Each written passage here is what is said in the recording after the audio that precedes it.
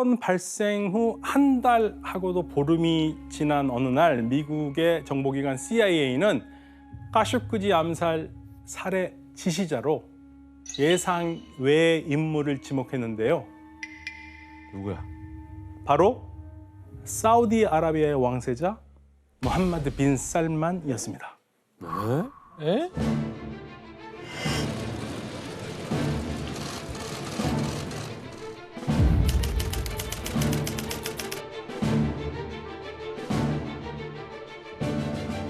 아, MBS. MBS. 3년 전 우리나라를 방문해서 우리 대통령과 만남을 가진 적도 있고요. 제일 유명하잖아요. 그렇죠. 정말 세계적으로 가장 유명한 인물입니다. 그러니까 미국 CIA가 그런 보고서를 쓴 거죠. 빈 살만 왕세자를 범인으로 지목한 이유가 무엇일까요? 왜 그랬을까?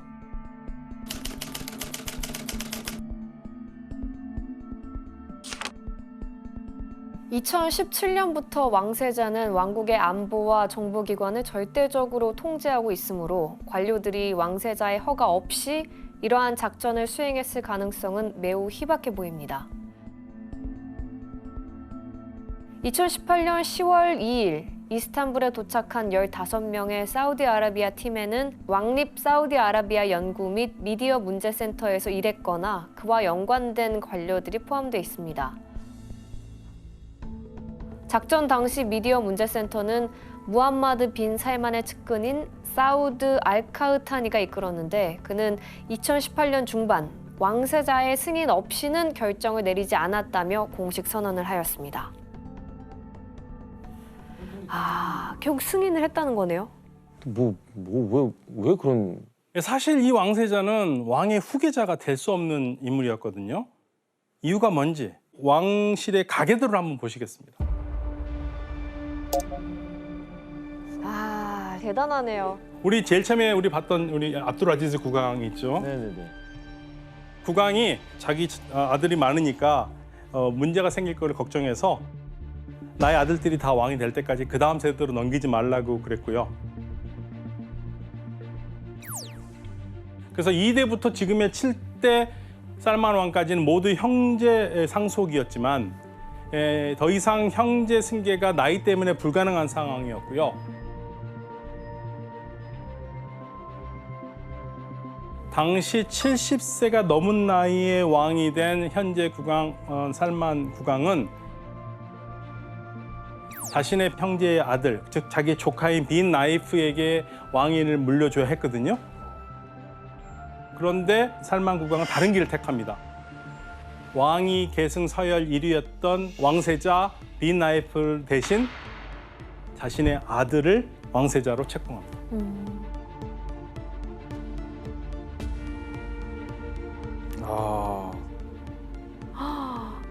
무함마드 빈 살만 왕세자는 약 15,000명에 달하는 지식인과 왕가 사람 중에서 아무래도 자신이 차기 지도자가 되는 거에 대해서 반대하는 사람이 있을 것이라고 생각을 했고요. 아무래도 그렇겠죠. 당연하겠죠. 그러니까 무함마드 빈 살만 왕세자는 가장 먼저 자신의 지위를 굳게 하기 위해서 한 가지 작전에 돌입합니다.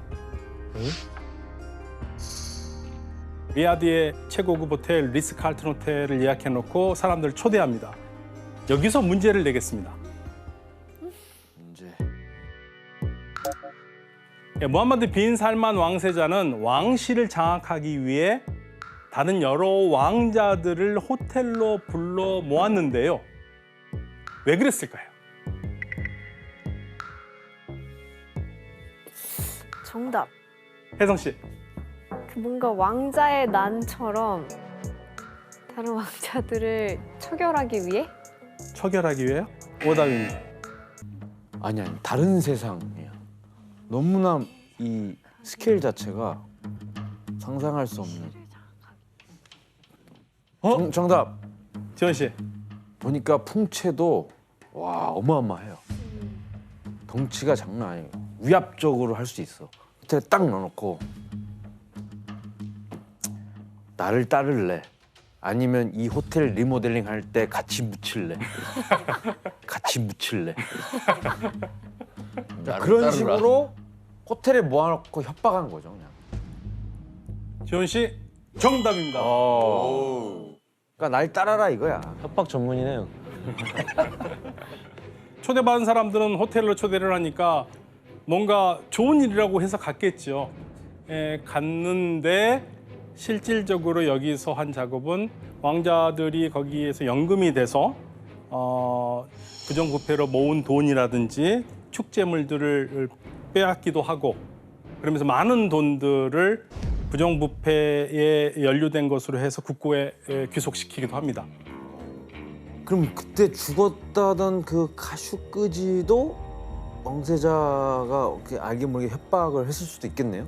그러니까 만약에 사우디아라비아에 있었으면 카슈크지도 그렇게 호텔로 초청받을 수 있었을 거예요. 근데 카슈크지는 활동 무대가 미국입니다. 근데 사우디에 좋은 기사를 쓰지는 않았거든요. 특히 이 빈살만 왕세자를 비판하는 기사를 많이 썼습니다. 이 카슈크지가 쓴 칼럼의 제목들을 한번 확인해 보시겠습니다.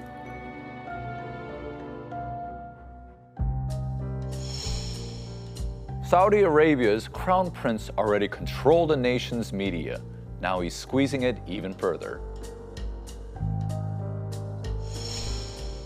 The crown prince of Saudi Arabia is giving his country shock therapy. 야, 이거 완전히 비판적이네요. 굉장히 날카롭죠. 그러니까 CIA 보고서에도 이런 내용이 있습니다. 왕세자는 카슈크지를 왕국에 대한 위협으로 보고 그를 침묵시키기 위해 필요하다면 아주 폭력적인 수단을 사용하는 것을 광범위하게 지지하고 있었습니다. 게다가 카슈크지는 사우디아라비아 안에서도 상당히 유력한 명문가 집안 출신이었어요. 할아버지는 초대 국왕의 주치의를 지냈고요. 또한 이 영국 다이애나 왕세자비가 죽을 때 같이 자동차에 타고 있던 연인 노디 알파예드가 카슈크지의 사촌이었습니다. 그래서 무함마드 빈 살만 왕세자 입장에서는 왕실과 가까운 인물이 지식인인데다 정부를 사사건건 비판하니까 눈에 까실 수밖에 없었던 거죠. 그러면 이 일로 두 나라의 관계가 더더욱 틀어졌겠네요. 그렇죠. 이게 이제 본격적인 시작입니다. 미국 언론 인터뷰에서 적극적으로 암살 배후를 부정하던 사우디 왕세자를 당시 이 대통령 후보였던 현 대통령 바이든 대통령이 공개적으로 비난하거든요. 대놓고 비난을 한다고? Khashoggi was in fact murdered and dismembered, and I believe in the order of the Crown Prince. And I would make it very clear, we were not going to in fact sell more weapons to them. We were going to in fact make them pay the price and make them in fact the pariah.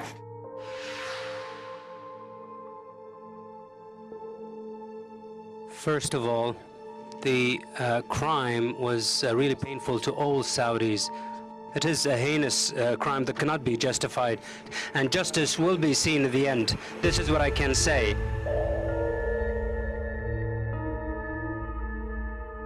엄청난데 이거. 지금 되게 안 좋네. 완전 안 좋구나. 지금 영상을 보니까 느낌이 쎄하죠. 네. 사실 근데 어쨌든 간에 사우디아라비아와의 관계가 좋아야 사실 미국도 이득이 있을 텐데 왜 이렇게까지 극단적으로 몰고 간 거예요? 너무 심하게 좀 딱 그렇게 하던데. 일단 미국 바이든 대통령은 민주주의와 인권을 앞세운 외교를 하거든요. 네. 그러니까 트럼프와 다르다는 걸 보여주기 위해서 그래요. 트럼프 대통령은 카슈크지에 대해서 아무 말도 안 했는데 바이든 대통령은 그건 있을 수 없다고 계속 얘기를 하는 거고요. 거기다가 더 중요한 거는 미국이 하고 싶은 말을 할 수 있을 정도로 이제 더 이상 사우디의 석유에 연연할 필요가 없다라는 자신감이 있는 거죠. 그럼 아쉬운 건 오히려 사우디 쪽이 됐네. 어쩌면은요. 게다가 미국과 사우디 관계가 점점 더 불안해지고 있습니다. 그 가운데 이 사우디 안보 불안의 중요한 요소인 이란이 끼어 있습니다. 이란?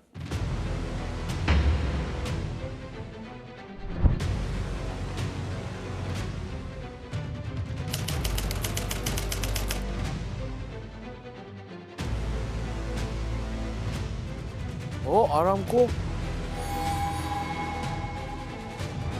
드론으로?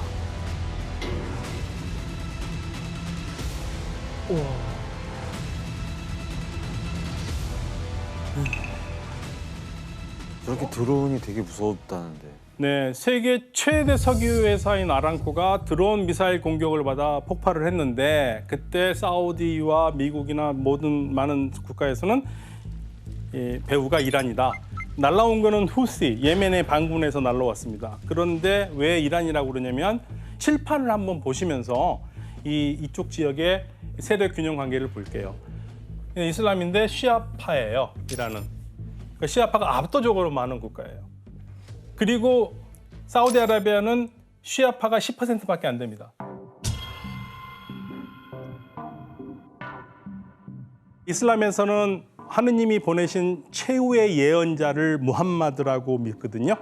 근데 무함마드는 세상을 떠났고 그러면 이 공동체를 이끌어갈 지도자가 있어야 될 거 아닙니까? 순니파는 우리들 가운데에서 지도자를 뽑는다. 시아파는 예언자의 혈통에서 이 전승이 이루어져야 된다고 믿는 사람들이에요. 그런데 사우디의 시아파들이 어디 사냐면 바로 이 유전지역에 살아요. 그러니까 사우디의 고민은 그겁니다. 자국에 있는 시아파들이 이란의 사주를 받아서 그 사우디에 반란을 할 것을 걱정한 거죠. 그러면서 이 양쪽의 관계가 상당히 나빠집니다. 그리고 이 두 나라가 멀어진 또 하나의 이유가 있는데요. 2015년입니다. 2015년에 미국과 이란이 핵협정을 타결합니다. 협상의 요지는 이란이 평화적으로만 핵을 사용한다면 제재를 풀겠다는 거고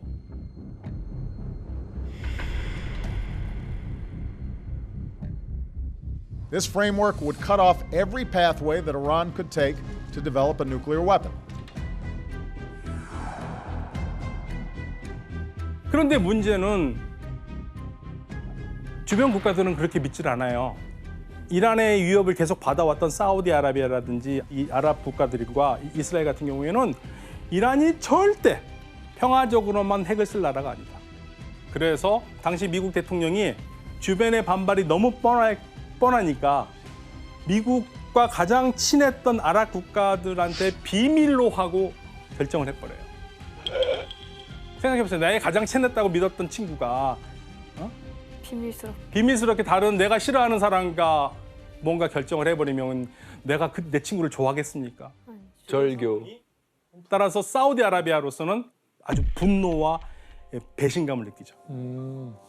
그래서 이 상황에서 지금 예멘의 반군이 사우디를 공격을 했는데 문제는 공격한 게 문제가 아니라 미국이 원래는 사우디의 안보를 위해서 굉장히 노력을 하고 뭔가를 해야 되는데 안 했습니다.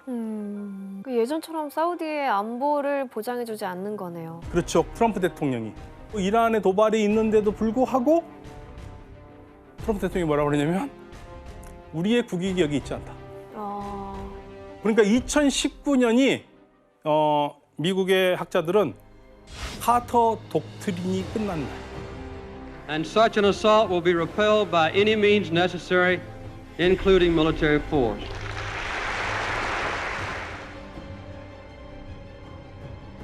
트럼프 대통령이 끝났다. 그런데 이때 모함마드 빈 살만 왕세자와 친분을 과시하면서 등장한 두 나라가 있습니다.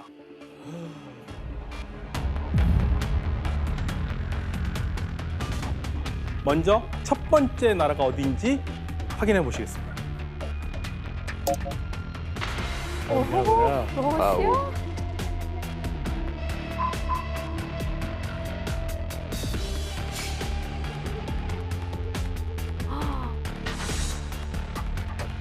독수리요?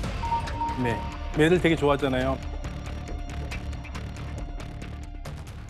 와. 귀한 건가 봐요. 되게 좋아해요. 아니 근데 미국이랑 사이가 틀어지니까 이제 소련이랑 손을 잡은 거예요? 러시아. 아 러시아. 그죠? 고르바초프 보세요? 제가 사실 미국과 사이가 소홀해진 틈을 타서 첫 번째 끼어든 러시아입니다. 영상을 보니까 상당히 돈독하죠. 또 그렇게 됐구나. 여태까지 미국의 안보만을 믿고 있었던 사우디아라비아 입장에서는 미국을 대체할 수 있는 또 다른 세력이 필요한 거죠. 그래서 최근 들어서 사우디아라비아는 오페크에 가입되지 않지만 석유 생산량이 많은 비오페크 오페크 국가 10개 국가와 함께 오페크 플러스라는 것을 해서 서로 협의를 하고 있지 않습니까? 그중에 가장 중요한 나라가 바로 러시아입니다. 그래서 러시아와 협력을 해서 석유 생산량도 제한하고 논의하면서 미국 셰일 오일을 견제하려는 의도도 갖고 있는 거죠. 야, 그럼 러시아는 그렇고 러시아에 이어서 또 친해진 또 한 나라는 어디죠? 중국이죠. 네, 중국과 이해관계가 맞아떨어집니다. 미중 갈등으로 패권 경쟁이 벌어지고 있는데 미국과 사우디아라비아가 사이가 좀 틀어지고 있는 틈이 보였어요. 그러니까 당연히 중국이 사우디아라비아에게 접근을 했고 사우디아라비아는 중국에게 사고 싶은 게 뭐겠습니까? 무기. 게다가 이제 사우디의 빈살만 왕세자는요, 이제 석유 없는 새로운 세상을 만들어야 되니까 새로운 비전을 내놨는데 그게 바로 우리 서울시의 한 44배 정도의 규모 크기에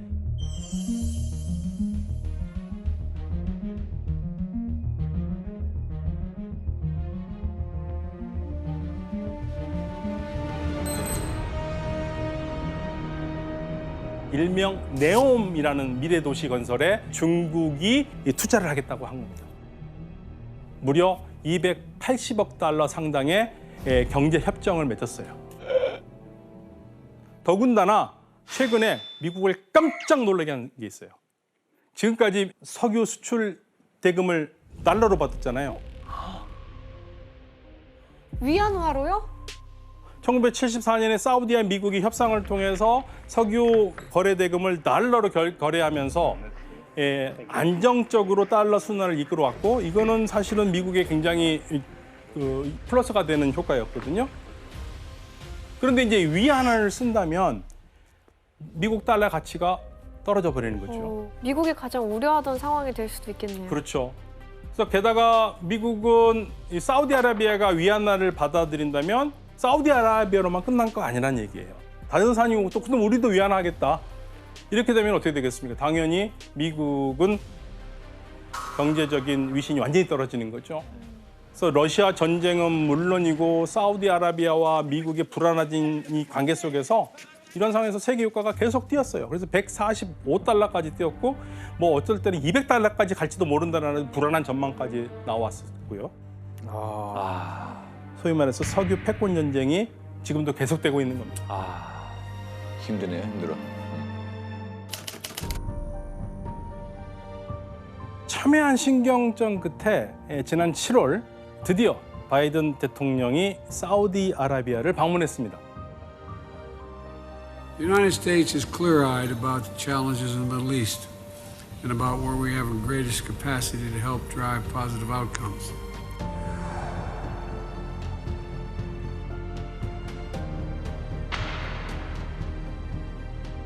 ستقوم المملكة بدورها في هذا المجال حيث أنها أعلنت عن زيادة مستوى طاقتها الإنتاجية إلى 13 مليون برميل يوميا وبعد ذلك لن يكون لدى المملكة أي قدرة إضافية لزيادة الإنتاج.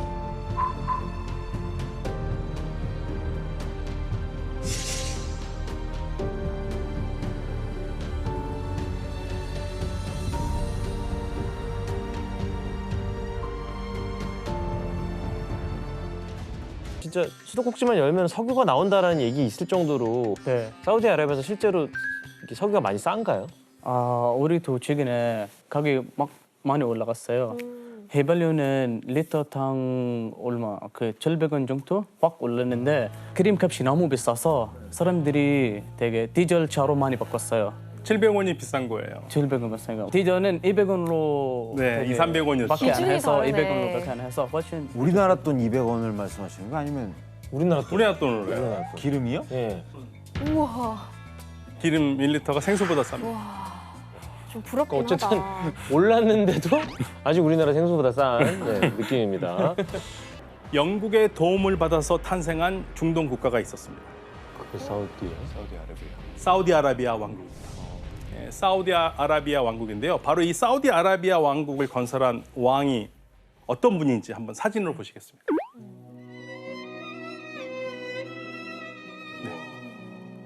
압둘 아지즈 빈 압두라흐만 빈 파이살 빈 투르키 빈 압둘라 빈 무함마드 알수우드. 그 한국 이름 그거 같네요. 서수안모. 거북이와 두루미. 그렇죠? 네. 아랍 지역은 이름이 굉장히 길거든요. 우리처럼 성이 있는 게 아니라 누구의 아들, 누구의 아들, 누구의 아들 이렇게 나와요. 그래서 이분이 압둘 아지즈가 본 당신의 이름이고 근데 영국이 이 왕을 근데 왜 지원을 해준 거죠? 영국이 하고 싶었던 이유는 제1차 세계대전까지도 이 땅은 오스만 제국의 지배 아래에 있었거든요. 그런데 영국은 이 땅이 탐나서 이 인물에게 무기와 자금을 제공했습니다. 압둘 아지즈 국왕이 1932년에 오늘의 사우디아라비아 국가를 만듭니다.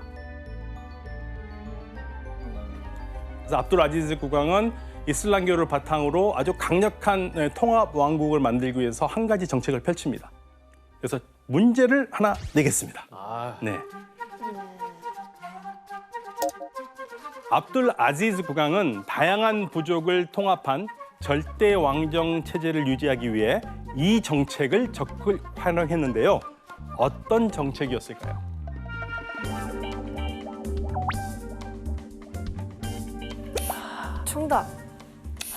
정답. 혜선 씨. 그 다양한 부족들의 딸들과 혼인 관계를 맺는다. 정답. 정답입니다. 대박. 아니야. 본인이? 약간 고려시대 왕건과 비슷한 그쵸. 거네요. 네, 맞습니다. 여러 집안들하고 관계를 맺기 위해서 정략 결혼을 합니다. 그러니까 본인이요? 본인이. 그래서 일부 다처제가 그러면서 된 거예요? 아니요. 원래 이슬람교에서는 꼭 그런 건 아니지만 4명의 아내까지 얻을 수 있다고 돼 있어요. 그래서 이 4명의 아내는 한순간에 존재하는 아내가 4명이어야 돼요. 와. 그러니까 어떻게 되겠습니까? 그 많은 부족들하고 결혼을 하려면 4명을 할 수가 없잖아요. 네네. 그러니까 4명을 유지해서 결혼하고 이혼하고 결혼하고 이혼하고 또 결혼하고 되겠죠. 대박. 4명을 유지를 해야 되니까. 결혼하고 아, 이혼. 4명 유지. 관계가 더 네. 틀어질 것 같은데요. 그래서 이렇게 정략 결혼을 하다 보니까 아내만 해도 22명. 오. 예, 아들이 45명. 자손까지 합치면 1000명 넘죠. 와. 그래서 그 규모가 얼만큼 됐을까 한번 사진으로 확인해 보겠습니다. 가족 사진인가요? 우와. 가족 사진인가요? 이게 누구의 아들이에요, 다? 그러니까 2017년에 지금 현재 왕세자 무하마드 빈 살만의 책봉식에 참가한 사우디아라비아 왕자 사진입니다. 그래서 압둘 아지즈 국왕은 이렇게 정략 결혼으로 여러 부족과 아주 끈끈한 관계를 맺고요. 그리고 최고 의사 결정 기구인 슈라라는 것을 만들어서 이 부족과 왕족이 전원 합의제로 의사를 결정하고 그러면서 나라를 안정적으로 이끌어갔습니다. 왕실의 권위를 유지해 가고요. 근데 하지만 이 건국 초기에 이 돈독한 관계를 맺었던 영국 대신 이 사우디아라비아가 미국과 손을 잡습니다. 도대체 왜 사우디아라비아가 그랬을까? 무슨 일이 일어났을까? 1930년대 하면 생각나시는 거 있죠? 경제대공황. 29년에 생긴. 예, 세계 경제대공황이 사우디에도 바람이 불어요. 근데 사우디한테 어떻게 부냐면 메카, 특히 메카 순례가 있지 않습니까? 종교적인 성지를 방문하는 순례객이 와야지 경제도 살잖아요. 그런데 근데 순례객들이 못 오죠. 경제공황이 어려우니까. 그러니까 급격히 줄어요. 그러니까 이제 재정난이 겪게 되거든요. 재정난이 생기거든요. 그래서 이제 어떻게 하겠습니까? 그러면 이 방법이 있어야겠다 생각해 보니까 우리 땅에서 석유가 날 수 있지 않겠느냐. 이제 석유 채굴권을 팔아야겠다. 예, 그러면 사우디 국왕은 제일 먼저 생각하는 게 당연히 영국이겠죠. 네. 예, 영국 쪽에다가 석유 채굴권을 팔려고 그랬는데 영국에서 석유 안 나. 사우디에서 석유 안 나. 몰랐구나. 네, 조사를 했었는데 영국에서 석유가 안 나는 걸 보고를 박은 거예요. 그래서 석유 안 나. 잘못된 조사였네. 예. 그런데 이때 사우디아라비아한테 우리가 석유를 해보겠습니다라고 하는 그런 사람들이 나타나요. 미국? 그렇죠. 미국 석유 회사예요. 미국 석유 회사가 우리가 한번 해보겠습니다 나온 겁니다. 우와. 당시에 스탠다드 오일 컴퍼니 오브 캘리포니아, 소칼이라고 그랬고요.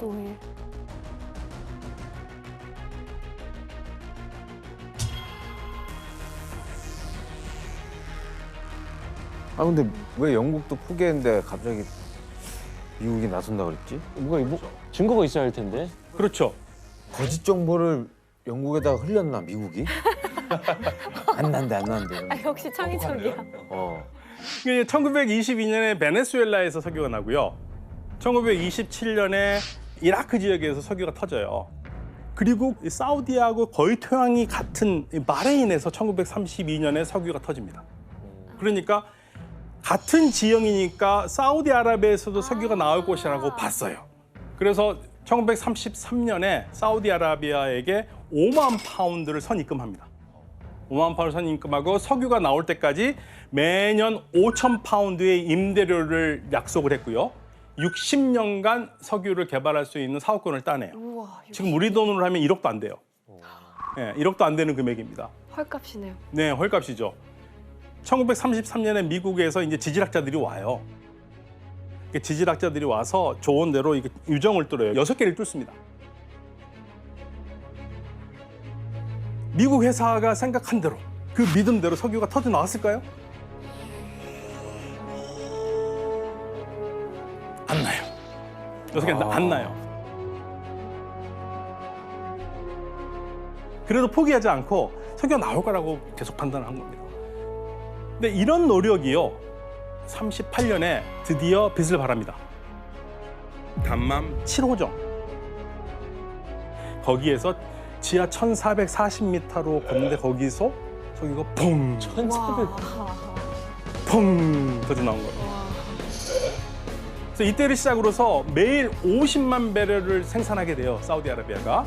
그러면서 이 1939년에 약 8배가 불어난 400만 배럴의 석유를 생산하는데요. 400만 배럴 하면 감이 안 오시죠? 우리가 하루에 쓰는 게 보통 270만 배럴에서 290만 배럴입니다. 많이 쓴다. 장충 체육관을 꽉 채우는. 우와. 그게 하루에 쓰는 양이에요, 우리가. 그러니까 이 400만 배럴이면 엄청난 거죠. 어마어마한 겁니다. 그때부터 이제 사우디와 미국의 돈독한 관계가 시작이 되는 거네요. 그렇죠. 사실 이제 석유 생산과 수출이 이 사우디아라비아의 엄청난 재정난을 해결해줬고요. 그러면서 사우디가 뭐 최강국으로 등장하기 시작하는 분기점이 됩니다. 그런데 이제 사우디아라비아에서 수출을 하기 시작한 바로 그 해, 1939년에 바로 제2차 세계대전이 시작합니다. 사우디아라비아가 이 연합국의 석유 자원을 책임질 대안으로 급부상하죠. 그러니까 미국 정부 역시 이걸 굉장히 중요시 여기면서 한 가지 결단을 내립니다. 보니까 이 석유가 단순하게 비즈니스맨한테만 맡겨둬서는 안 될 문제다. 이거는 국가의 운명이 걸 문제니까 국가가 관여하고 싶었는데 실패합니다. 일단 회사들이 건들지 마세요. 우리 건들지 마세요. 그거 하지 마세요. 그러니까 정부가 개입하는 거를 반대했고. 네, 정부가 들어오는 거 싫은 거죠, 석유 회사들은. 그래서 이제 미국은 포기를 할 수가 없으니까 1944년에 주미 영국 대사 헬리팩스를 만납니다. 그래서 이제 어떻게 제안을 하냐면 이란 석유, 페르시아 석유는 영국 거, 사우디아라비아는 내 거다. 이라크, 쿠웨이트 거는 우리 둘이 나눠 갖는다. 그래서 지도를 딱 그리면서 이걸 정리를 해요. 그래서 이 말을 기반으로 해가지고 영미 석유 조약을 만들려고 합니다.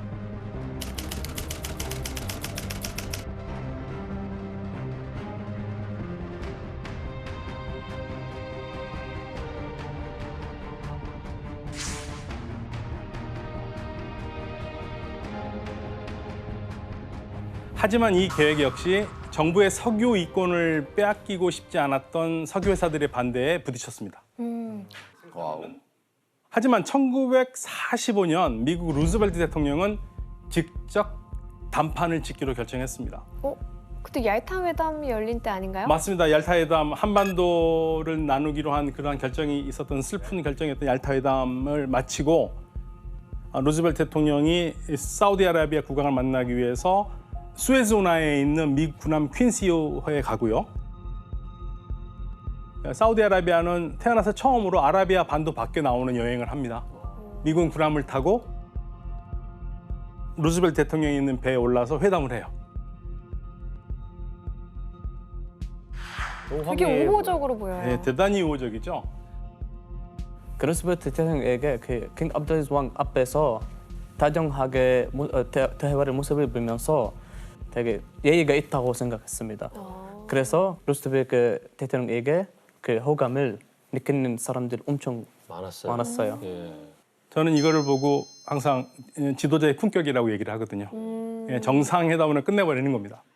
근데 그 군함에서 굳이 할 이유가 따로 있었어요? 왜 했겠습니까? 비밀. 알려지고 싶지 않았어요. 그래서 결국 루즈벨트 대통령이 원하는 것을 얻습니다. 무엇을 원하냐면 다른 것도 많이 있었지만 석유 문제였어요.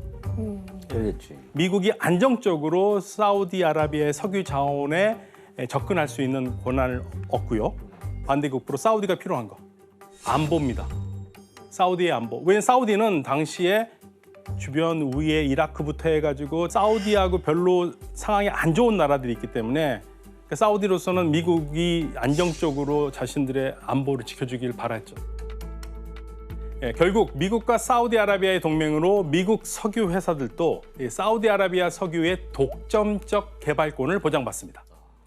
석유 생산이 한창이던 그때 석유를 둘러싼 갈등이 폭발합니다. 사우디아라비아를 중심으로 중동 국가들의 반발이 시작된 건데요. 왜요? 미국 석유 회사들이 아람코를 만들어서 사우디아라비아 석유 개발과 판매로 막대한 이익을 얻는 사이에 사우디아라비아의 이익도 그만큼 늘었을까요? 아닐 것 같아요. 그러니까 늘지는 않아요. 그러면 이제 또 자원만 뺏기는 기분 들고. 그렇죠. 좀 주공하시죠, 같이 예. 좀. 그러니까 석유 개발에 대해서 잘 몰랐던 초창기에는 그러려니 했지만 이제 시간이 지나면서 보니까 미국 석유 회사가 석유 가격도 마음대로 조절해서 어마어마한 수익을 거둬들이고 있는 것을 알게 된 거죠. 특히 영국 석유 회사가 장악한 중동 국가, 즉 이란. 예. 이 이란에서는 석유 판매 이익금 배분 조정이 쉽지가 않았어요. 예. 실제로 1948년 영국 석유 회사가 3억 달러가 넘는 이익을 올릴 때 이란이 이 받은 거는 3,600만 달러만 받아요. 10분의 1 정도밖에 안 돼요. 반발이 심했겠네요. 그렇죠. 그러니까 이제 이란도 1951년 4월 달에 오케이, 그러면 우리 다 먹겠다. 석유 국유화. 영국 회사를 뺏어버려요. 나긴 낫겠죠.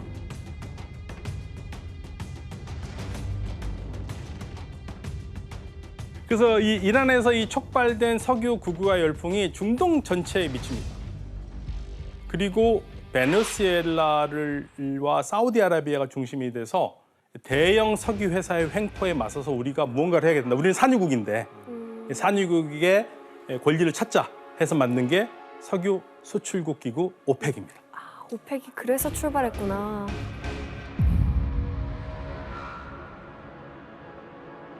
지금 슬슬 이제 산유국들도 자기 주장을 하게 된 거고요. 내가 갖고 싶다 이거죠. 이게 정당하지 않느냐. 이때 중동 산유국을 이끌어가서 석유 회사로부터 석유 패권을 완전히 뺏어오는 인물이 등장합니다. 아흐마드 자키 야마니, 석유 황제라고 불리죠. 사우디아라비아의 제2대 석유 장관이에요. 그래서 이제 2대 장관으로 일하면서 오페크를 사실상 이끌어요. 사우디아라비아가 생산량이 많으니까 사우디아라비아의 이권을 찾기 위한 노력을 하기 시작합니다.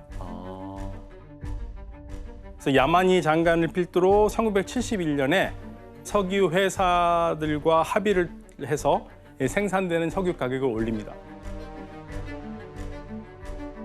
그러면서 석유 판매 이익이 석유 회사는 45, 산유국은 55. 산유국이 이제 유가를 결정할 수 있는 그러한 구조가 만들어지는 거고요. 그리고 때마침 야마니 장관은 미국 석유 회사로부터 사우디아라비아가 완전히 이 석유 유익권을 되찾아올 기회를 맞이합니다. 1973년 10월에 이집트 선제 공격으로 아랍-이스라엘 전쟁이 벌어지거든요. 5월 14일 날 이스라엘이 독립선언을 하잖아요. 이집트의 공군기가 텔아비브를 폭격하면서 전쟁이 시작됩니다.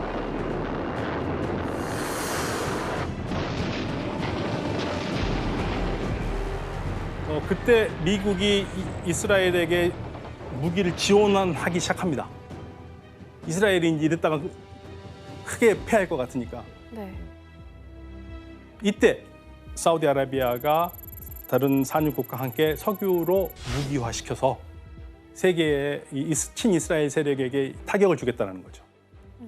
그리고 다음 날 이스라엘을 지지하는 나라들의 석유를 수출하지 않겠다고 아랍 산유국들이 선언했습니다. 이게 제1차 오일 쇼크의 시작인데요.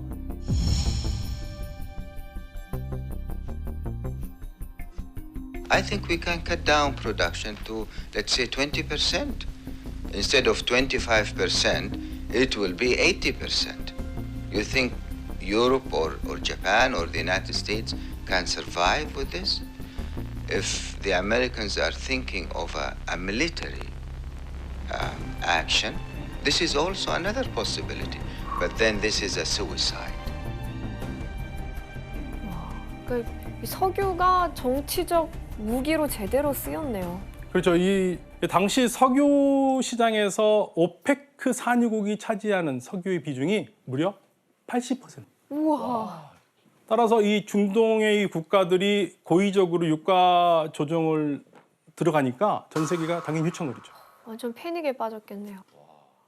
여기서 문제를 하나 내겠습니다. 미국뿐만 아니라 유럽에서는 고유가 사태와 기름 부족 현상으로 새로운 이동 수단이 등장했는데요. 과연 무엇일까요? 새로운 이동 수단이 등장합니다. 기름 부족 때문에? 네.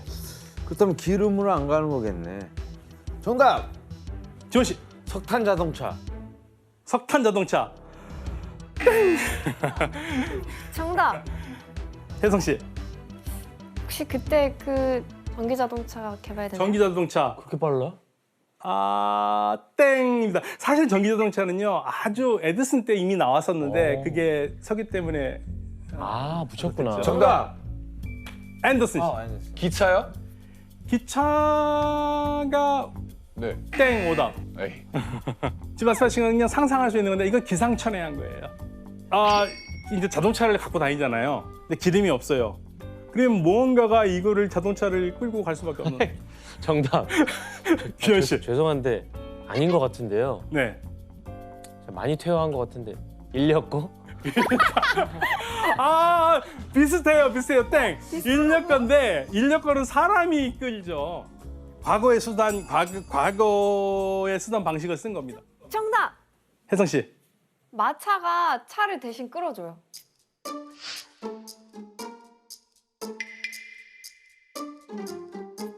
정답입니다. 말이 끄는. 뭐야, 진짜 퇴보했는데요? 보시겠습니다. 네, 이렇게. 그러니까 마차인데 자동차를 끄는 마차네요. 네, 자동차는 타고 가고. 야, 저 이거 너무 진짜 힘들겠다. 코믹인데? 말이 끌 거면 자동차를 뭐하러 타요? 편하니까요. 먼저. 황당하다, 황당해. 의외로 빠를 수도 있어요. 말이 기겁을 하고 달릴 것 같아. 뭐가 뒤에서 쫓아오니까 계속 살려고 엄청 빨리 갈 것 같긴 해요. 근데 차를 무거운 거 아니에요? 자동차를 무거운 거 아니에요? 아니 한 번 움직이면 그렇게 나쁘지 않아요. 아니 근데 좌회전을 어떻게 해 그러면? 그러니까 내 말이. 근데 이거는 오일 쇼크가 아니라 컬처 쇼크인데요? 네, 이건 독일 사진입니다. 와. 네, 독일 사진인데요. 기름이 부족하다 보니까 이런 기상천외한 방법까지 등장했다는 거죠.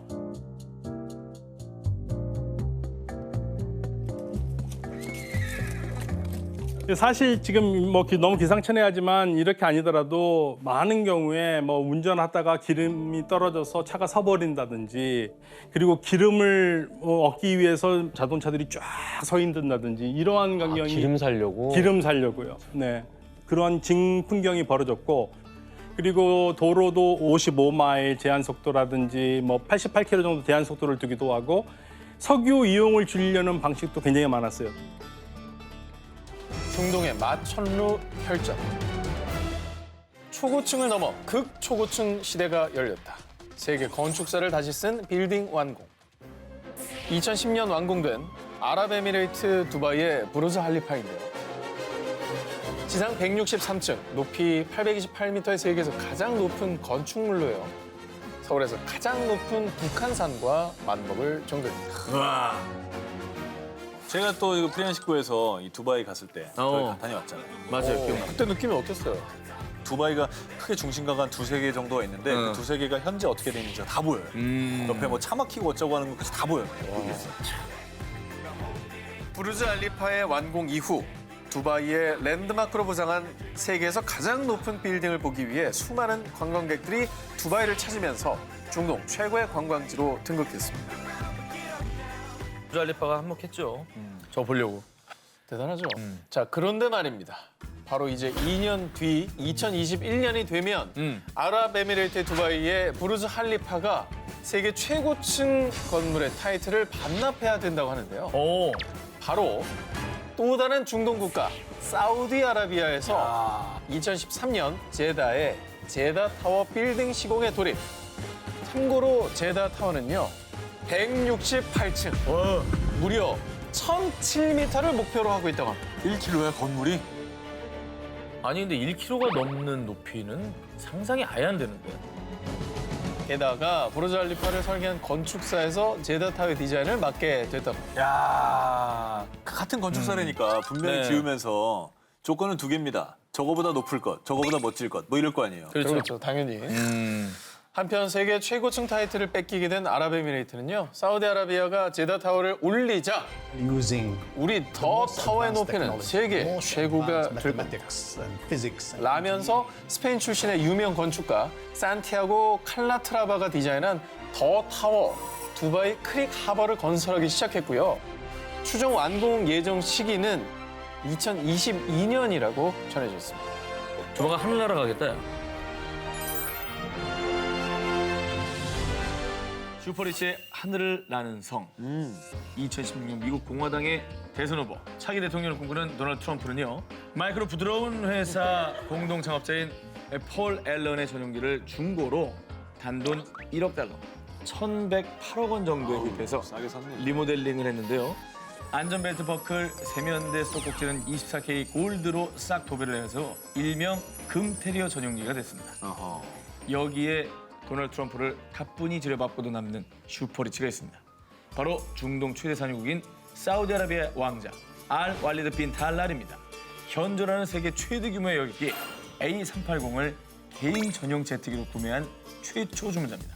리모델링 비용까지 해서 모두 약 5천억 원 중반대에 구매를 했습니다. 참고로 지난 5월에 이 전용기를 타고 한국에도 왔었죠. 그거 화제가 됐었죠. 저 사진 유명해요. 우주선이 우주선. 그죠? 저 비행기 안에 자신의 차 롤땡로이스 주차장도 만들었고요. 어디서나 메카를 향해 기도할 수 있는 자동 매트까지 설치했다고 합니다. 또 왠지 옆집 형처럼 친근한 이 형. 포브스가 발표한 2015년 세계에서 돈 잘 버는 배우 순위 2위에 이름을 올린 많은 일본 사람이 한국 사람을 알고 있다는 성룡입니다. 아 그래요? 네. 왜 한국 사람이래요? 몰라요. 아니 근데 한때 한국에 산 적이 있어요. 그렇죠. 오래 살았잖아요. 그리고 틈만 나면 조용필 씨 노래 부르거든요. 2014년 내한했을 당시 자신의 전용기 레거시 650을 타고 왔다고 했는데요. 그 화제가 됐죠? 항공기 가격만 따지면 약 300억 원대라고 합니다. 주방, 와인 저장고, 헬스장뿐 아니라 만찬을 즐길 수 있는 테이블까지 있는데요. 성룡이 이 항공기를 구입한 이유가 있다고 합니다. 참, 이 형이 좀 마인드가 멋있는 게 시간을 좀만이라도 절약해서 돈을 더 많이 벌 수 있잖아요. 그 돈을 많이 벌어서 기부하기 위해서 했다고 합니다.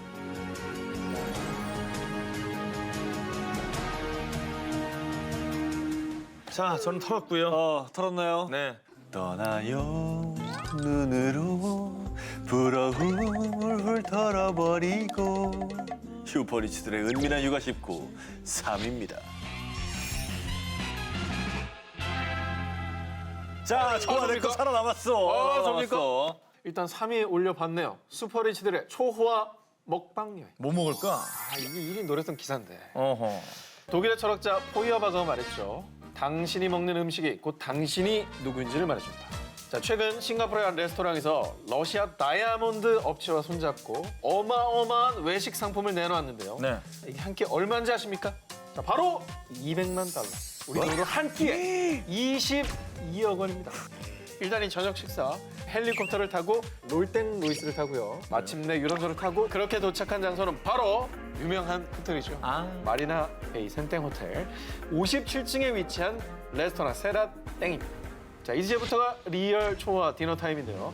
블링블링 다이아몬드가 팍 박혀준 럭셔리 젓가락으로 위가 깜짝깜짝 놀랄만한 최고 식재료로 만든 요리 총 18가지 코스가 쉴 틈 없이 제공되고요. 초고가 샴페인과 와인이 총동원되는 초럭셔리 디너. 여기서 끝이 또 아닙니다. 밥을 먹고 나서 맨 마지막에 뭐가 나오는지 아시겠습니까? 커피? 티라미수요. 바로 이겁니다. 뭐야? 네?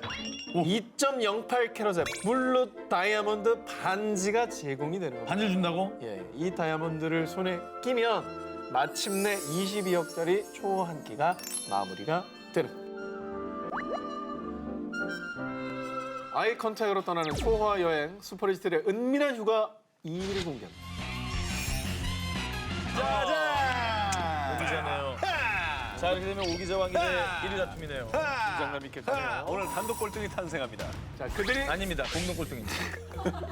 기사 좀 읽을게요. 네네. 그들이 사는 세상 세 번째 집. 최근에는 미국에서 말이죠. 여행은 살아보는 거야 라고 외치며 숙박 공유 서비스를 이용하는 부자들이 늘고 있습니다. 에어비앤땡처럼 숙박 공유 서비스는 맞지만요. 공유를 아무나 하고 하지 않는 겁니다. 자, 그렇습니다. 일명 세 번째 집이라는 사이트를 통해 자신들의 남아도는 별장을 서로 공유를 하는 건데요. 별장만. 나도 별장이 있어야 낄 수가 있구나. 이곳에서 가입하기 위해서는 일단 최소 50만 달러 우리 돈으로 5억 5천이 넘는 집 2채 이상을 갖고 있어야 됩니다. 자, 근데 이것도 아무 데서에 있어서는 안 되고요. 세계적인 관광지에 있거나 휴가 온 느낌, 무신 풍기는 지역에 있는 집이어야 됩니다. 금호동 안 돼요? 아니, 금호동도 훌륭한데요. 아무튼 뭐 이것뿐만 아니라 까다로운 세부 조건도 있습니다. 집안이나 아주 가까운 거리에 수영장이 또 있어야 돼요. 금호동 수영장 있나요? 같이 쓰는 거 있어요. 자, 바로 이런 집 2채 이상을 소유한 사람에 한해서 가입비 300만 원을 내면 이곳에 회원이 일단 될 수가 있는 겁니다. 또 내야 돼요? 저렇게 회원 가입이 되면 키를 줍니다. 근데 이게 진짜 집 키는 아니고요. 네. 일종의 사이버 머니 같은 거로요. 베트남 꼰다오 섬의 수영장 따른 리조트는 키 4개에서 12개를 내면 이용할 수 있는 거고요. 12개? 그리고 외곽의 휴양지인 햄프턴의 모래 언덕 위에 있는 집은 키 5개에서 15개 정도를 내면 이곳에서 휴가를 보낼 수 있다는 겁니다. 이 서비스를 부호들이 좋아하는 이유 중 하나. 이 부자는 이렇게 사는구나 하면서 다른 부자들의 취향을 엿볼 수 있기 때문이죠. 잘 걸받는구나. 자, 우리만 부자들이 엿보는 거 좋아하는 줄 알았더니 자기들끼리도 이런 취향이 있었다는 겁니다. 그러네. 저는 정말 저기 가입해서 저 집들 좀 가보고 싶다. 우리 셋이 해요. 그럴까? 난 내일 여기서 잘게. 우리끼리 저거 체험하는 거지 뭐. 같이 자자.